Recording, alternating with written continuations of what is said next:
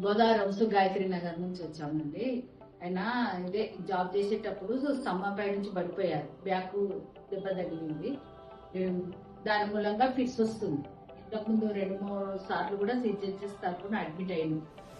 కానీ మొన్న కూడా అలాగే ఇక్కడ తలలో చిన్న ఫిట్స్ బాగా హెవీగా వచ్చింది. మబ్బుల 4 గంటలకు, తెల్లవారుజామున 4 గంటలకు ఫిట్స్ వచ్చింది.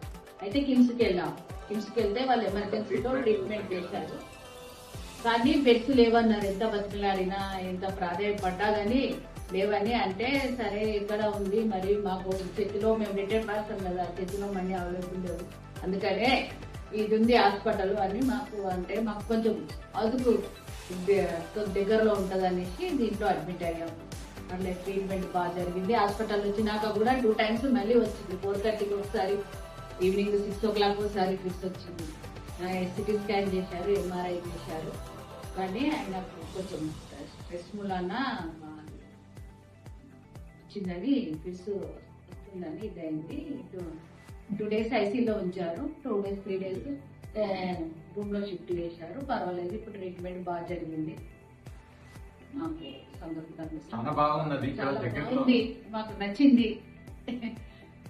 మాకు ఇంత దగ్గర, ఇంత అవైలబుల్, ఇంత మంచి ట్రీట్మెంట్ దొరుకుతుందని మేము అనుకోలేదు, ఎక్స్పెక్ట్ చేయలేదు.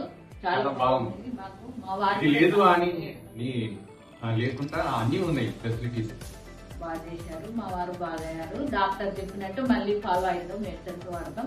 కాకపోతే చాలా మాకు హాస్పిటల్ వచ్చే అవకాశం కూడా లేకుండా ఎమర్జెన్సీ 108 బుక్ చేసుకుని కిమ్స్ లో వెళ్తే మాత్రం వాళ్ళు ఎంత మాకు రిక్వెస్ట్ చేసినా బెడ్స్ ఇవ్వలేదండి. కానీ ఇక్కడ రాగానే ఎమర్జెన్సీలో బాగా ట్రీట్మెంట్ చేశారు. మళ్ళీ ఐసీలో అడ్మిట్ చేశారు. ఐసీలో అడ్మిట్ చేసి ట్రీట్మెంట్ చేస్తున్నప్పటికీ మళ్ళీ వచ్చాయి 4:30కి 6 o'clock. చాలా డేంజర్ సిచ్యువేషన్లు ఉంటాయి. కాకపోతే థ్యాంక్స్ అలాట్, డాక్టర్ గారు బాగా మాకు చాలా బాగా కేర్ తీసుకొని బాగా ట్రీట్మెంట్ చేశారు. మా వారు చాలా వరకు క్యూర్ అయ్యారు.